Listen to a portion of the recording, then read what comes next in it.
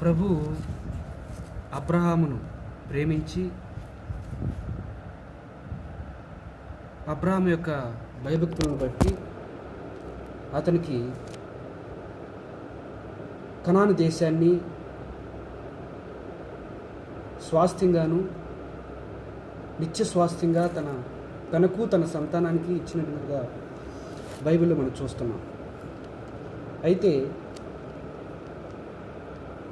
ప్రభు ఏమంటున్నారంటే అబ్రహాంతో 400 సంవత్సరాల తర్వాత నీ సంతానము, ఇదిగో నీవు ఇప్పుడు పరదేశిగా ఉంటున్నావు, చూసావా కనాను దేశాన్ని, ఆ దేశాన్ని స్వతంత్రించుకుంటారు.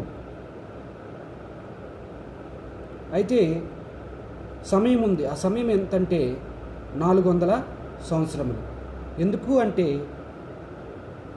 ఆ జాతి యొక్క లేక కనాను దేశపు యొక్క పాపము ఇంకా పరిపక్వం కాలేదు. ఆ పాపము పరిపక్వం అవటానికి ఇంకా 400 సంవత్సరాలు ఉంది కనుక ఈ 400 సంవత్సరముల్లో వారు దాన్ని స్వతంత్రించుకోండి. కానీ ఈ 400 సంవత్సరాలు పూర్తయిపోయాక వారి పాపం ఎప్పుడైతే పరిపక్వం అవుతుందో నేను అప్పుడు తీర్పు తీర్చి నీ సంతానానికి నీవు నివసిస్తున్న దేశాన్ని స్వాస్థ్యంగా ఇస్తానని ప్రభు మాట్లాడారు. మనం గమనించినట్లయితే ఇక్కడ ఆ 400 సంవత్సరములు అయిపోయింది. మోషే అహరోనుల ఆధ్వర్యమున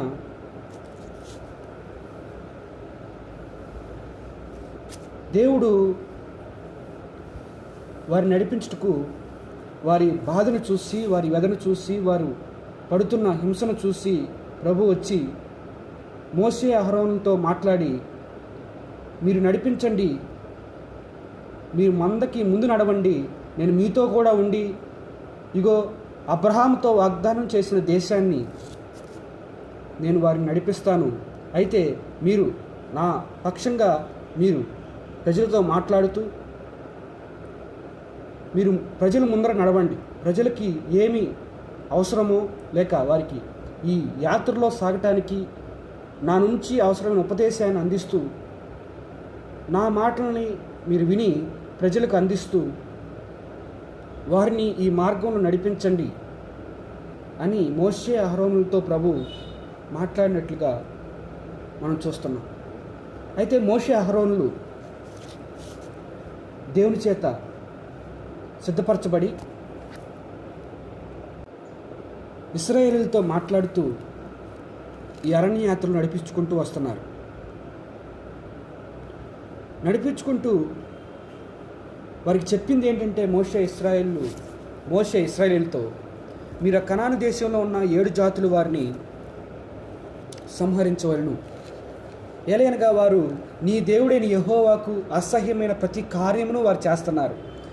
ఏదేది దేవుడికి అసహ్యమైందో, ఏదేది దేవుడికి విరుద్ధమైందో, ఏదేది ఆకాశమును భూమిని సృజించిన మన దేవునికి మరి కోపం పుట్టించేదో, మానవత్వాన్ని విడిచిపెట్టి, మానవ సంబంధమైన విలువలను విడిచిపెట్టి, నైతిక సంబంధమైన విలువలను విడిచిపెట్టి వారు ఏదైతే చేస్తున్నారో వాటన్నిటికీ దేవుడు అసహించుకొని ఇచ్చిన సమయాన్ని వారు సద్వినియోగం చేసుకోకుండా దుర్వినియోగం చేసుకున్నారు. కాబట్టి తీర్పు తీర్చే సమయం వచ్చింది కనుక దేవుని ప్రజలారా, ఇశ్రాయేలులారా, మీరు వారిని ఏమాత్రం కనికరించకుండా, వారితో సంధి చేసుకోకుండా నిర్దాక్షిణంగా వారి సంతానాన్ని భూమి మీద నుంచి మీరు తుడిచివేయాలి. ఎందుకంటే కొరుకు పుండు పాకినట్లుగా వారి పాపం పాకిపోతుంది. మీరు కనుక సంహరించకపోతే, నా మాట విని నా ఆజ్ఞ విని వారిని ఆ కనాను 7 జాతుల్ని సంహరించకపోతే వారే మీ పక్కలో బల్లేల్లాగా, మీ కంట్లో సూదుల్లాగా ఉండి మిమ్మల్ని బాధిస్తారు. ఈ దేశంలో నేను మీకు ఇస్తున్న ఈ దేశంలో మీరు ఉండకుండా నిర్మూలమయ్యేటట్లు వారు మిమ్మల్ని బాధిస్తారు. మరి నా ఉగ్రతకు మీరు పాత్రలు అవుతారు. కాబట్టి అట్లా ఉండమాకండి, వారిని సంహరించండి ప్రభు పదే వారితో మాట్లాడుతూ వచ్చారు. అయితే ఇప్పుడు మనం చూసే అంశం ఏంటంటే ఆ 7 జాతుల్లో పెట్టబడిన పేర్లు మనం గమనించి ఆ పేరుకున్న అర్థాలు ఏంటి, ఆ పేరు వెనుకున్న వారికి ఉన్న చరిత్ర ఏంటి, నేటి కాలంలో అవి మనకి ఎట్లా వర్తిస్తాయి అని మనం అన్వయించుకున్నట్లయితే మన ఆత్మీయ జీవితానికి మనం కూడా వేటితో పోరాడాలో, ప్రభు మనకి ఇచ్చిన భూమిని లేక ఆత్మీయ స్వాస్థ్యాన్ని ఎట్లా స్వతంత్రించుకోవాలో శత్రువుతో పోరాడి మనం గ్రహించగలుగుతాం. ప్రభు తన భూమి మీద నివసించిన సంవత్సరంలో ఒక మాట చెప్పారు, మొదట బలవంతుని బంధిస్తే తప్ప ఆ ఇంట్లో ఉన్న స్వాస్థ్యాన్ని స్వతంత్రించుకోలేరు అని. ఆ బలవంతుడు ఎవరంటే శత్రువు. ఇప్పుడు మనం చెప్పుకోపోయే శత్రువు యొక్క లిస్టు. మనం శత్రువుని బంధించకుండా, శత్రువుని ఎదిరించకుండా మనం ఆత్మీయ స్వాస్థ్యాన్ని పొందుకోలేవు. ఎట్లాగైతే ఇశ్రాయేలీలు ఆత్మీయ స్వాస్థ్యాన్ని లేక కనాను దేశాన్ని స్వతంత్రించుకోలేరు, ఎప్పుడు ఆ కనాను దేశ ప్రజలను వెళ్ళగొట్టకుండా ఆ దేశాన్ని స్వతంత్రించుకోలేరు. అట్లాగే మనం కూడా శత్రువుతో పోరాడకుండా లేకుండా ఈ పాపమును మనం ఎదిరించి జయించకపోతే మన కొరకు సిద్ధపరచబడిన ఆత్మీయ స్వాస్థ్యమును, ఆత్మీయ మేలులను, ఆత్మ సంబంధమైన పరలోక విషయంలో ఆశీర్వాదములను మనం స్వతంత్రించుకోలేమని మనం దాని నుంచి గ్రహించుకోవచ్చు. అయితే ఇశ్రాయేలులో మొదటికి ఎదుర్కోవాల్సిన జాతులు చూసినట్లయితే హిత్తీలు, తర్వాత గిర్గాషీలు, మరి తర్వాత అమోరీలు, తర్వాత కనానీలు, తర్వాత పెరిజ్జీలు, తర్వాత హివ్వీలు, తర్వాత యెబూసీలు, ఇలా ఇన్ని జాతులు వారిని ఎదుర్కోవాలి. ఆనాటి కాలంలో ఏ జాతికైనా ఒక పేరు పెట్టాలంటే దానికి ఒక మూల పురుషుడు ఉండేవాడు. హిత్తీయులకి ఒక మూల పురుషుడు ఉన్నాడు, అట్లాగే యెబూసీలకు ఒక మూల పురుషుడు ఉన్నాడు, గిర్గాషీయుడికి ఒక మూల పురుషుడు. అంటే ఆ వ్యక్తిని బట్టి ఆ జాతికి ఆ పేరు వచ్చింది. వారు చేసే ఆచారాలు, వారు పాటించే విధానాలు, వారు అనుసరించే సంస్కారాలు ఏవైతే ఉన్నాయో అంటే అలవాట్లు, వారి జీవన శైలిని బట్టి వారికి పేర్లు పెట్టబడినాయి. అయితే హిత్తీయులని ఆ జాతికి ఎందుకు పేరు పెట్టబడిందంటే వారు భయాన్ని కలిగించే ప్రజలు. చరిత్రకారులు, ఆర్కియాలజిస్ట్స్ ఆ తవ్వకాల్లో వాళ్ళు తవ్వుతూ గమనించిన పదం ఏంటంటే వారికి ఎందుకు ఆ పేరు పెట్టబడిందంటే వారికి ఆ పేరు పెట్టడానికి ఉన్న వెనక కారణం వారు భయాన్ని కలిగించే ప్రజలు. అంటే వారు ఎక్కడికెక్కడికి వెళ్తారో, వారు ఎక్కడెక్కడైతే ఉంటారో వారు భయాన్ని కలిగించేవాళ్ళు. అంటే భయం వల్ల ఏమొస్తుందంటే గందరగోళం, కన్ఫ్యూజన్ అనే వస్తుంది. రెండోది నిరుత్సాహం వస్తుంది. అంటే వారు ఎక్కడెక్కడికి వెళ్తున్నారో హిత్తీలు వెళ్ళిన చోట వారు భయము, నిరుత్సాహము, గందరగోళాన్ని, ఏం చేయాలో అర్థం కాని పరిస్థితుల్ని, గజిబిజిని కలిగించే వారికి ఉన్నారు. శత్రువు కూడా మనలో కలిగించేది భయము, గజిబిజి. అంటే దేవుని చిత్తానుసారంగా వెళ్లకుండా గజిబిజి చేస్తూ ఆటంకపరుస్తూ ఉండటం, మనం విఫలమైనప్పుడు మనకు కలిగించే నిరుత్సాహము. ఈ మూడు మనం ఎదుర్కోవాల్సిన శత్రువులు. మనకి భయం కలిగినప్పుడు మనం ప్రార్థన చేయవలసిన వారమై ఉన్నాం. గజిబిజి కలిగినప్పుడు మనం సహనంతో దేవుని వద్ద కనిపెట్టుకోవాల్సిన వారై ఉన్నాం. దావీదు అంటున్నాడు, నేను సహనంతో నా దేవుని కొరకు కనిపెట్టుకొందును అంటాడు. మనకి ఈ గజిబిజి అర్థం కాని పరిస్థితుల్లో మనకు అవసరమైంది ఏంటంటే సహనము. గజిబిజితో ఉన్నప్పుడు మనం తొందరపాటులో అనేక విపరీతమైన పనులు చేస్తాం. కానీ సహనంతో దేవుని వద్ద వేర్చుకున్నప్పుడు దేవుడు ఆలోచన చెప్పువాడు, ఆయన ఆలోచనకర్త. ఆయన అంటున్నాడు, ఆశ్చర్యకరమైన ఆలోచన శక్తియు అధిక బుద్ధియు నీ చేతనగును అని భక్తుడు ప్రార్థన చేస్తున్నాడు. ఆయన కొరకు మనం కనిపెట్టుకున్నప్పుడు ఆయన ఏమిస్తాడంటే ఆశ్చర్యకరమైన ఆలోచన శక్తి, అధిక బుద్ధి. అంటే ఏ మార్గము మేలైందో, మనకి క్షేమము, మనకు ఆరోగ్యప్రదము, నెమ్మదిని కలిగించేయో, సుఖాన్ని కలిగించేదో, ఆశీర్వాదాన్ని కలిగించేదో, దేవుని నామాన్ని మహింపరిచేదో ఆ మార్గాన్ని, ఆ బుద్ధిని, ఆలోచన శక్తిని మనకిచ్చి దేవుడు అయి ఉన్నాడు. కనుక మనం శత్రువు అయిన వీటిని ఎదుర్కొనవాలి. భయము, గందరగోళము, నిరుత్సాహం, ఈ మూడింటిని హిత్తీయులు కలిగించేవాళ్ళు. కనుక మనలో కూడా ఈ హిత్తీయపు జాతి అనే పాపము శత్రువు మనల్ని ఉపయోగించి మనల్ని దేవుడు మన కొరకు ఏర్పాటు చేయబడిన ధైర్యంతో కూడిన, నిరీక్షణతో కూడిన జీవితాన్ని జీవించకుండా ఆటంకపరిచేవాడై ఉన్నాడు. రెండవ పాపము గిర్గాషీయులు. రెండో జాతి ఇశ్రాయేలు ఎదుర్కోవాల్సిన జాతి ఎవరంటే గిర్గాషీయులు. గిర్గాషీయులు అనే మాటకి అర్థం ఏంటంటే వెనక్కి వచ్చేవారు, ముందుకు వెళ్ళినట్టే వెళ్ళి వెనక్కి వచ్చేవారు. అంటే వారి మానసిక స్థితి స్థిరంగా ఉండని పరిస్థితి. స్థిరంగా ఉండక చంచలమైన మనసుతో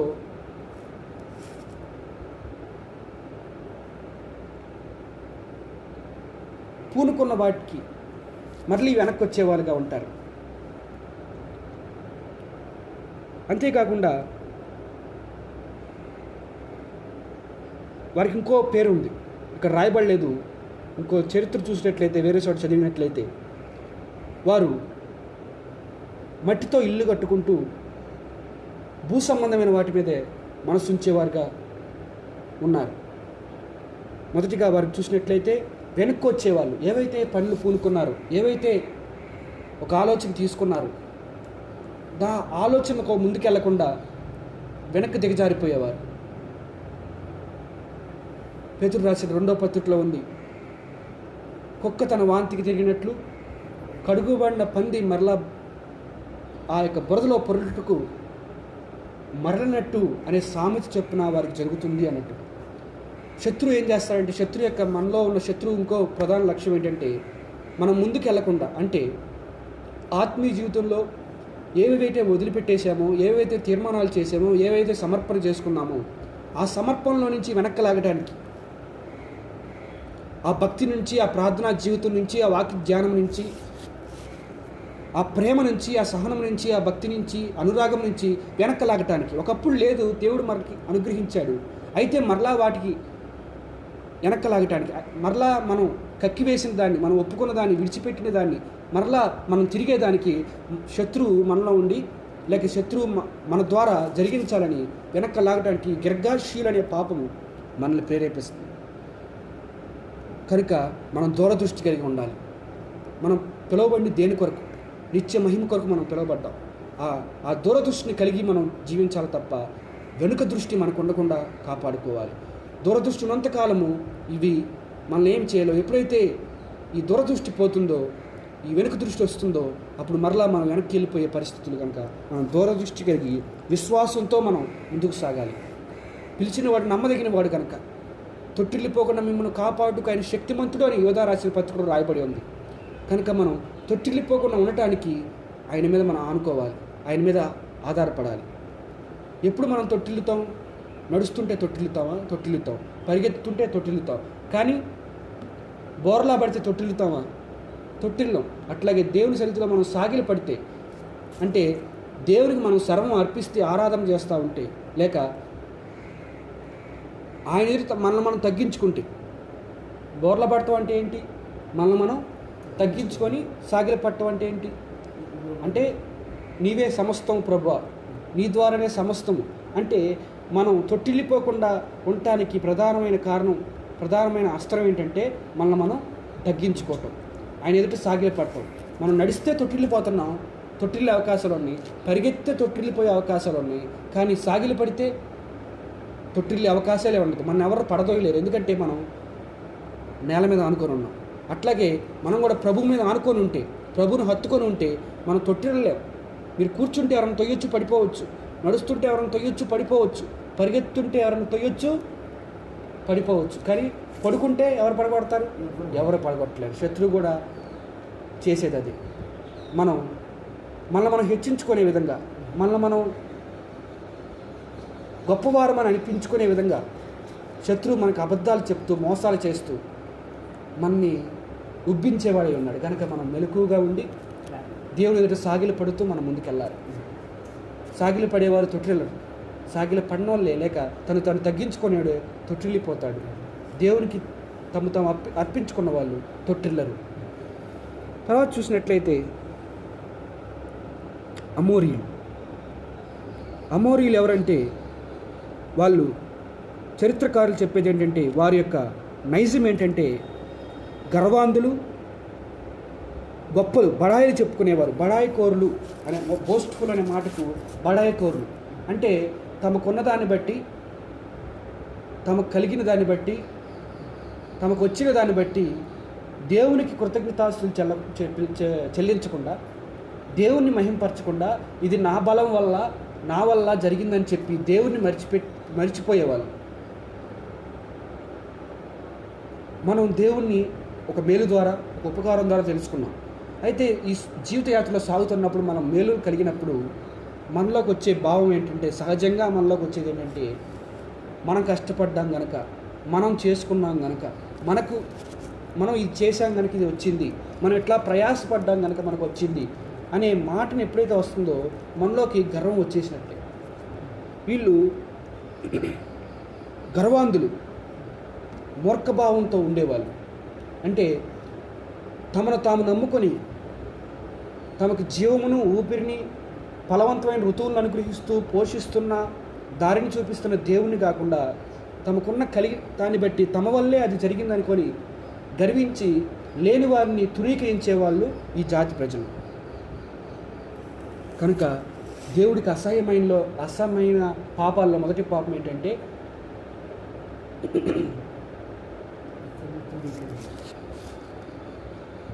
సామెతల గ్రంథంలో ఉంటుంది,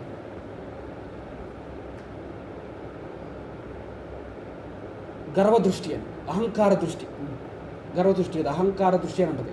అహంకార దృష్టి అంటే మొట్టమొదటి పాపముల్లో దేవుడికి అసహ్యమైన పాపములు 6 కలవు, 7 ఆయనకి అసహ్యమైనది. దాంట్లో అసహ్యమైనది, మొట్టమొదటి అసహ్యమైనది ఏంటిది? అహంకార దృష్టి. అహంకార దృష్టి మనకు ఉండకూడదు. అహంకార దృష్టి అంటే ఏంటంటే కృతజ్ఞత లేని దృష్టి అహంకార దృష్టి. మనం కృతజ్ఞత కలిగిన వారుగా ఉండాలి. అమోరీలైన పాపం ఏం చేస్తుందంటే, మనం కృతజ్ఞత లేకుండా, మనం కృతజ్ఞత కలిగి ఉంటే ఏం చేస్తాం? ఒక వ్యక్తి పట్ల మనం కృతజ్ఞత కలిగి ఉంటే వాళ్ళ ప్రేమిస్తాం, వాళ్ళ మాటను తీసుకుంటాం, వాళ్ళకి ప్రాధాన్యత ఇస్తాం, వాళ్ళు ఏది చెప్తే అది చేయడానికి మనం అర్పించుకుంటాం. ఒక రుణపడే అనే భావం మనలో ఉంటుంది. అదే కృతజ్ఞత లేకపోతే ఏం చేస్తామంటే,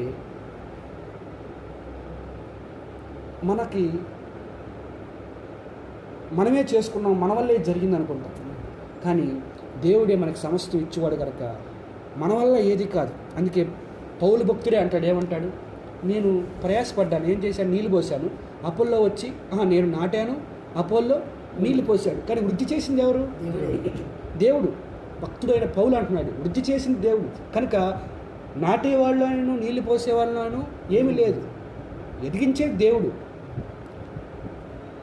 అట్లాగే మనం ఎరిగి ఉండాలి. ఇంకో చోట అంటాడు భక్తుడు, రోమిలకు రాసిన పత్రికలో ఏమంటాడు? పొందుగోరు వారి వల్లైనను, ప్రయాసపడేవారి వల్లైనను ఏమి కలగదు, కానీ కరుణించు దేవుని వల్లే జరుగుతుంది. ఎంతమంది ఎన్ని ఆశలు కలిగి ఉన్నారు. ఈ గత తరాల్లో చూసినట్లయితే ఎంతోమంది ఎన్నో ఆశించారు, ఎంతోమంది ఎన్నో పొందగోరారు, కానీ అనేకులు వాటిని పొందలేదు. ఎంతోమంది ఆశను వారి జీవితాల్లో చూడలేకపోయారు. కానీ అనేక పరిస్థితుల్లో మనము కొన్ని ఆశించి, కొన్ని పొందగోరి మనం పొందామంటే ఎవరి వల్ల పొందాము? కరుణించేవాడు ఉన్నాడు కాబట్టి మనం పొందాం.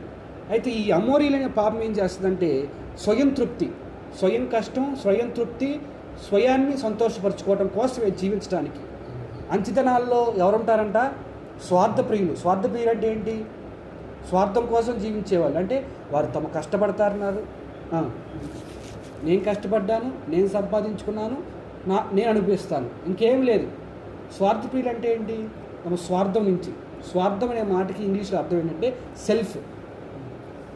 దానికి రూట్ వర్డ్ ఏంటంటే సెల్ఫ్. సెల్ఫ్ అంటే మనలో ఉన్న ఇంకో విధంగా చెప్పాలంటే అహం. సెల్ఫ్. ఒక భక్తుడు అన్నాడు, మనిషికి పాపం ఎక్కడి నుంచి స్టార్ట్ అవుతుందంటే సెల్ఫ్ నుంచి అంట. అంటే లోపల ఉన్న ఆ స్వార్థం నుంచి. సెల్ఫ్ ప్లీజింగ్ అంటే స్వయాన్ని సంతోషపరచుకోవటం. సెల్ఫ్ ఎగ్జాల్టింగ్ స్వయాన్ని గొప్ప చేసుకోవటం, అంటే మన నుంచి గొప్పలు చెప్పుకోవటం. సెల్ఫ్ ప్లీజింగ్ దాన్ని సంతోషపరచడం కోసం ఏ పనైనా చేయటం. ఇటువంటి సెల్ఫ్ అనే రూట్ వర్డ్ నుంచే పాపములన్నీ మొదలవుతున్నాయి అని భక్తుడు చెప్తున్నాడు. కనుక మనలో ఈ పాపం ఉండదు. ఏ పాపం? అమోరీలు అంటే గర్వాంధులు, దేవుని లక్ష్యపట్టిన వారు. దేవుడు చేసిన మేలు కాకుండా తమే ఏదో కష్టపడి చేసుకున్నామనే గర్వంతో కృతజ్ఞత లేని వారుగా ఉంటారు. కనుక ఈ గర్వాన్ని మనం ద్వేషించాలి, ఈ అహంకారాన్ని మనం వదిలిపెట్టాలి. మళ్ళీ మొదట చూద్దాం, హిత్తీలు. హిత్తీలు ఎవరంటే భయాన్ని, గందరగోళాన్ని, నిరుత్సాహాన్ని తీసుకొచ్చేవాళ్ళు. గిర్గాషీలు ఎవరంటే వెనక్కి జారిపోయేవారు. మనం కూడా ఆత్మీయ జీవితంలో వెనక్కి లాగటానికి అనేకమైన పని చేస్తాయి భూ సంబంధమైనవి, వాటిని లక్ష్య పెట్టకూడదు. మూడవది అమోరీలు. వారు గర్వాంధులు, అహంకార దృష్టి వారిలో ఉంటుంది. వారు దేవుని లక్ష్య పెట్టకుండా, కృతజ్ఞత లేని వారుగా, ఇచ్చిన మేలు కృతజ్ఞత లేకుండా జీవించేవాళ్ళు. తర్వాత కనానీయులు. కనానీయులు ఎవరంటే వ్యాపారవేత్తలు. వ్యాపారం చేస్తూ ఇతరులను తృణీకరిస్తూ ఉండేవాళ్ళు. వారికున్న ధనాన్ని బట్టి, వారికున్న ఆస్తిపాస్తులను బట్టి వాటిని పోగేసుకుంటూ అతిశయిస్తూ, అంటే తమకున్న ధనాన్ని బట్టి దాన్ని పోగేసుకుంటూ, అంటే దానికి ఉన్న ఆపేక్షతో అతిశయిస్తూ, ధనాపేక్షను బట్టి అతిశయిస్తూ, నేను ఇది సంపాదిస్తానని విర్రవీగుతూ జీవించేవాళ్ళు. ప్రభు చెప్పారు, ఎవరు ఇద్దరు యజమానుల్ని సేవించలేరు. ఆ ఇద్దరు యజమానులు ఎవరు? మొదటి దేవుడు, రెండోది సిరి. అట్లాగే మనం దేవుని అతిశయించవలసిన వారము ధనమును అతిశయించకూడదు. ధనవంతులు దేవుని రాజ్యాన్ని సంతరించుకుంట దుర్లభం అని చెప్పాడు. మీ కొరకు భూమి మీద ధనం సమకూర్చుకొనకుడి, పరలోకమందు మీ కొరకు ధనం సమకూర్చుడని ప్రభు చెప్పాడు. ధనాపేక్ష సమస్త కీడుకు మూలమని భక్తుడైన పౌలు చెప్తున్నాడు. హెబ్రీయులకు రాసిన పత్రికలో ధనాపేక్ష లేని వారే మీకు కలిగిన వాటితో సంతృప్తి కలిగి ఉన్నాడని ప్రభు చెప్తున్నాడు. ధనాపేక్ష సమస్త కీళ్లకు మూలము. దాన్ని ఆశించి అనేకులు విశ్వాసం నుంచి తొలగిపోయి భ్రష్టులైపోయారని, నానా బాధలతో తమను తాము పొడుచుకున్నారని, విశ్వాసం నుంచి భ్రష్టులైపోయి ఓడ బద్దలైన వారి వలె, తమ విశ్వాస విషయంలో ఓడ బద్దలైన వారి వలె అయిపోయారని భక్తులు రాస్తున్నారు. కనుక మనకున్న వ్యాపారాల్లోనేమి, మనకొచ్చే సంపాదనలోనేమి మనం అతిశయించేవారిగా ఉండకూడదు. దేవుని బట్టి మనం అతిశయించేవారిగా ఉండాలి. మన దేవుడు మన యజమాని దేవుడై ఉండాలి, మన మాస్టర్ దేవుడై ఉండాలి, సిరి కాదు. తర్వాత చూసినట్లయితే పెరిజ్జీలు. వీరెవరంటే దూరంగా వెళ్ళి ప్రజలతో ఉండకుండా, లేక వీరు ఏం చేస్తారంటే దూరంగా వెళ్ళి ఏ ప్రహరీ గోడలు కట్టుకోకుండా, ప్రహరీ గోడలు లేకుండా, చుట్టూ ఏ గోడలు లేకుండా ఒక విశాలమైన ప్రాంతంలో నివసించేవాళ్ళు. అంటే వీరు తమను తాము భద్రపరచుకోలేని వారు, భద్రపరచుకొనని వారు. యోహాను రాసిన మొదటి పత్రికలో ఉంది, దేవుని ద్వారా జన్మించిన వ్యక్తి తను భద్రపరచుకుని గనక శత్రువు వారిని ముట్టడు అని. మనల్ని మనం భద్రపరచుకునే వారిగా ఉండాలి. ప్రభు చెప్పాడు, ఈ లోకంలో ఉన్నప్పుడు మీ గురించి మీరే జాగ్రత్త వహించండి. మీరు ఏం వినిచున్నారో మీరు జాగ్రత్తగా చూసుకొనుడి, మీరు ఏం చూస్తున్నారో మీరు జాగ్రత్తగా చూసుకొనుడి. జాగ్రత్త తీసుకోవాల్సిన బాధ్యత మనకు. ప్రాకారం లేని ఇల్లు ఎటువంటిదో తన మనసును అణుచుకోలేని వాడు అట్టివాడే ఉంది. పరాక్రమశాలి కంటే తన మనస్సును అణుచుకునేవాడే శ్రేష్ఠుడిని సామెతల గ్రంథంలో ఉంది. మన మనసును అణుచుకునేవారిగా ఉండాలి. సెల్ఫ్ కంట్రోల్ ఉండాలి. సెల్ఫ్ ప్లీజింగ్ ఇందాక చెప్పుకున్నాం. Self pleasing, self exaltation. Self అంటే స్వయం సంతోషం, స్వయం యొక్క ఉప్పొంపు చేసుకోవటం.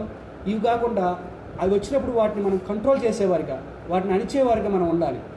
వీళ్ళు ప్రాకారం లేకుండా ఇష్టం వచ్చినట్లుగా జీవించారు. ఎక్కడ దొరికితే అక్కడ ఇల్లు కట్టేసుకోవడం, చుట్టూ ప్రాకారాలు ఉండవు, భద్రపరుచుకుందామని మంచి ఆలోచన ఉండదు, క్షేమకరమైన ఆలోచన లేకుండా ఒక విచ్చలవిడితనంగా కేర్లెస్గా ఉండటం అని బట్టి వీరి జీవిత విధానం ఉండేదని. మనం కేర్లెస్గా ఉండకూడదు. మనం జాగ్రత్త చేసుకోవాలి. ఏ పాపం అంటకుండా మన వస్త్రాలు మనం ఎప్పటికప్పుడు, మన దేవుడు వస్త్రాలు ఇచ్చాడు, రక్షణ వస్త్రాలు మనం ఎప్పటికప్పుడు శుభ్రపరచుకుంటూ ఉండాలి. ఈ లోక మాలిన్యం అంటకుండా మన దేవుని సన్నిధిలో ఎప్పటికప్పుడు అర్పించుకుంటూ మన హృదయాన్ని ఆయనకి ఇంపుగా ఉంచున్నట్టుగా మనం గమనించుకోవాలి. తర్వాత పెర్జీలు అయిపోయింది. ఇప్పుడు హివ్వీలు ఎటువంటి వారంటే వారు సుఖభోగములు యందు వాంచగలిగిన వారు. ఈరోజు తిందాం, రేపు తాగుదాం, ఎందుకు రేపు ఎట్టగానే చచ్చిపోతాం కనుక ఈరోజు ఏందో, ఈరోజు ఉన్నదేందో ఈరోజు అనుభవిద్దాం. ఈరోజు ఉన్నదేదో ఈరోజు అనుభవించి ప్రశాంతంగా బతుకుదాం. రేపు ఏం జరుగుతుందో మనకు తెలియదు కదా. ఎవరు చూడొచ్చారు, ఎవరు తీర్పు తీర్చొచ్చారు, అంటే వారు కంటికి ఏది నచ్చితే, మనసుకు ఏది నచ్చితే ఇంకా చేసేవాళ్ళే. ఇక దాని గురించి ఇంకో ఆలోచన ఉండదు. ఇతరులు బాధపడతారని కానీ, ఇతరులు నష్టపోతారని కానీ ఇంకేముండదు. దేవుని గురించి కానీ ఇంకేం ఆలోచన ఉండవు. తమకు ఏది మంచిది కనిపిస్తే తమ ధనంతో, తమకు ఉన్న వాటితో తమకు ఏమి నచ్చితే అది చేస్తారు. మనం అట్లా ఉండకూడదు. అన్నీ స్వాతంత్రమే కానీ అన్నీ చేయదగినవి కావని పౌలు భక్తుడు అంటున్నాడు. చేయడానికి స్వాతంత్రం మనకి అన్నీ ఉండొచ్చు, కానీ క్రైస్తవులుగా మనం అన్నీ చేయదగినవి కావు. కొన్నే చేయదగినవి, కొన్నే క్షేమాభివృద్ధి కలిగించేవి. మనకు నచ్చినట్లుగా చూసిన దాన్ని వెళ్ళి చేయాలని మనసున్న వాటినల్లా చేయటానికి కానీ, చూడటానికి మనసున్న వాటికల్లా చూడటానికి కానీ అవి న్యాయంగా ఉండొచ్చు. కొన్ని న్యాయబద్ధమైనవి కావచ్చు, కానీ అవి మన ఆత్మీయ జీవితంలో ఎంతో కొంత మనల్ని కృంగదీసేవిగా ఉంటాయి, మనల్ని ఎంతో కొంత వెనక్కి లాగేవిగా ఉంటాయి. ఎంతో కొంతగా మన ఆత్మీయ స్థితిని, మన మనస్సులో ఉన్న పవిత్రతను, సరళతను దేవుని ఎడల నుంచి తప్పించేవిగా ఉంటాయి. కనుక అట్టి వాటి విషయంలో మనం జాగ్రత్తగా ఉండాలి. ముఖ్యంగా సుఖభోగములు ఎంతో ప్రమాదకరమైనవి. దేవుడు సుఖంగా జీవించడానికి మనం ధనం ఇచ్చాడు, కానీ దాన్ని భోగాలకు ఉపయోగించకూడదు. అంటే అక్కర్లేని వాటికి, అంటే అనవసరమైన విధానానికి, హంగు ఆర్భటాలకి వాటిని ఉపయోగించకూడదు. తిమోతికి రాసిన పత్రికలో పౌలు అంటున్నాడు, ఇహమందు ధనవంతులైన వారు గర్విష్ఠులు కాకుండా రాబో జీవమునకు మంచి పునాది వేసుకున్నట్లు సత్క్రియలు అనే ధనాన్ని సంపాదించుకోవాలి. ఇహమందు ధనం కలిగిన వారు ఏం చేయాలంట? సత్క్రియలు అనే ధనం సంపాదించుకోవాలంటే ఎట్లా? సత్క్రియలు అనే ధనం ఎట్లా వస్తుంది? దాన్ని పంచుకోవటం ద్వారా. రాబో కాలంలో అది మంచి పునాది అంట. మనం ఈ లోకంలో మంచి ఇల్లు కట్టుకుని పునాది వేసుకుంటున్నాం, కానీ పరలోకంలో పునాది ఏంటంటే మనకున్న ఈవులతో, అది భౌతికమైన ఈవులు కావచ్చు, ఆత్మ సంబంధమైన ఈవులు కావచ్చు, దాన్ని దేవుని మహిమార్థం వినియోగిస్తే మనం రాబో కాలమునకు, అంటే పరలోకముకి మనం మంచి పునాది వేసుకుంటున్నాం. కనుక మనం హివ్వీలు వలె ఉండకూడదు. హివ్వీలు మనసు నచ్చినట్లుగా, తమకు ఏమైనా చేతిలో ఉంటే మనసుకి ఏదనిపిస్తే దాన్ని బట్టి ఉన్నదాంతో చేసేస్తారు. కళ్ళకి ఏది కనిపిస్తే అది చేసేటివి. కాబట్టి అంటే సుఖభోగంలో ఎందుకు జీవించడం, ఆశలు అదుపుకోలో పెట్టుకోలేని స్థితి. కనుక అట్లా ఉండకూడదు మనం. చివరికి ఎబూసీలు ఎవరంటే ఇతరులని హీనపరిచేవారు. ముఖ్యంగా వారు లైంగికంగా పాపము చేస్తూ, ఇతరులని హీనపరుస్తూ, లైంగికంగా ముఖ్యంగా ఇతరుల్ని అట్లా వేధించేవాళ్ళు. కనుక మనం లైంగికమైన పాపములకు దూరంగా ఉండాలి. లైంగికమైన విధానాల్లో మనం జాగ్రత్తగా ఉండాలి. మన కన్ను చెడిపోతే మన దేహం అంతా చెడిపోతుందని ప్రభు చెప్పాడు. మన కన్ను చెడును చూడటానికి అవకాశం ఇస్తే అది మన మనసులోకి వెళ్ళి మనం చనిపోయేంత వరకు ఆ పిక్చర్ మన మనసులో ఉండిపోద్ది. ఏ పిక్చర్లు అయినా పోవచ్చు, కానీ లైంగికమైన చిత్రాలు అవి ఎంతో బలమైనవిగా మన శరీరాన్ని స్వాధీనపరుచుకొని నిత్య అగ్నిగుండంలోకి తీసుకెళ్తాయి. మిగతా పాపాలు తేలిక, కానీ లైంగికమైన పాపం బహు బలమైందని ప్రభు చెప్పాడు. అందుకే మీ కన్ను చెడ్డదైతే మీ దేహం అంతా చెడిపోతుంది. కాబట్టి మనం జాగ్రత్తగా ఉండాలి. యెబూసీయులు నీచమైన కార్యాలు చేసేవారు, తమ శరీరాన్ని అపవిత్రపరుచుకునేవారు, శరీరానుసారమైన కార్యాలు చేస్తూ దేవునికి ఆయాసం కలిగించేవారు. ఇట్టి హేయమైన సంతానాన్ని, ఇట్టి హేయమైన జాతిని దేవుడు చూసి ఏమన్నాడంటే, వీడు భూమి మీద ఉండటం వల్ల ఉపయోగం లేదు. ఇంకో లేవీ కాండంలో చూసినట్టు భూమి అంట వారిని కక్కేసిందంట. కక్కేసి దేవుడికి మొరపెడుతుందంట, ప్రభువా నేను సహించలేకపోతున్నాను ఈ పాపాలను. చూడండి, లేవీ కాండంలో ఉంది ఈ మాట. చదవండి 18వ అధ్యాయం మనం చూసినట్లయితే లేవీ కాండంలో ఉంది. భూమి అంటే వారిని ఆ దేశం నుంచి కక్కేసిందంట. కానీ వాళ్ళు భూమి మీదే ఉన్నారు, కానీ భూమి మాత్రం వాళ్ళని కక్కేసిందంట. దేవుడు మొరపెడుతుందంట భూమి. ప్రభు ఇక ఇచ్చిన టైము వారు సద్వినియోగం చేసుకోలేరు కనుక ఇశ్రాయేలును పంపించి సంహరించారు. దేవుడు సంహరింపజేశాడు.